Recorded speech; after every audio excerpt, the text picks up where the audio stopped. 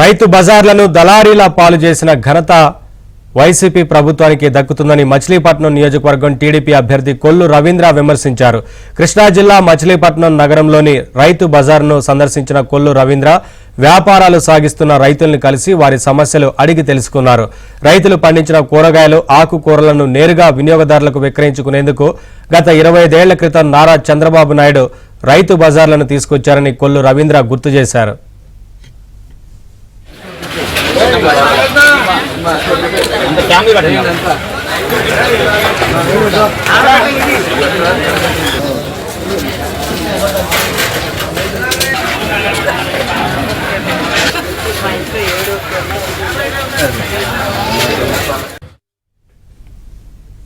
గతంలో టీడీపీ ప్రభుత్వం రైతులకు అతి తక్కువ ధరకే రైతు బజార్లలో స్టాల్స్ కేటాయించి వారిని ప్రోత్సహించిందని కొల్లు రవీంద్ర తెలిపారు.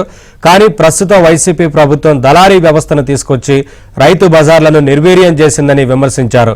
మచిలీపట్నంలో పెరిగిన జనాభాకు అనుగుణంగా గతంలో తాను 2వ రైతు బజార్ను ప్రారంభిస్తే వైసీపీ ప్రభుత్వం దాన్ని మూసివేసి అసాంఘిక కార్యకలాపాలకు నెలవుగా మార్చిందని ఆగ్రహం వ్యక్తం చేశారు. మళ్లీ టీడీపీ ప్రభుత్వం అధికారంలోకి రాగానే రైతు బజార్లలో సౌకర్యాలు మెరుగుపరచడంతో పాటు ఎటువంటి పన్నులు వసూళ్లు చేయకుండానే రైతుల వ్యాపారాలను ప్రోత్సహిస్తామని కొల్లు రవీంద్ర హామీ ఇచ్చారు.